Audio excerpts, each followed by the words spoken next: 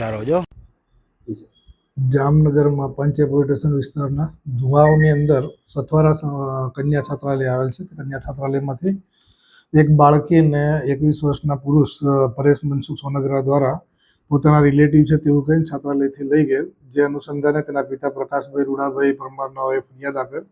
બંને એક જ સમાજના હોય અને લગ્નની લાલચ આપીને દીકરીને 14 વર્ષ અને 8 મહિનાની દીકરીને લઈ ગયેલ હોય. આ આરોપીને પોલીસ દ્વારા ધરપકડ કરવામાં આવેલ છે અને આગળની ઘટતી કાર્યવાહી પીઆઈ પંચે કરી રહ્યા છે.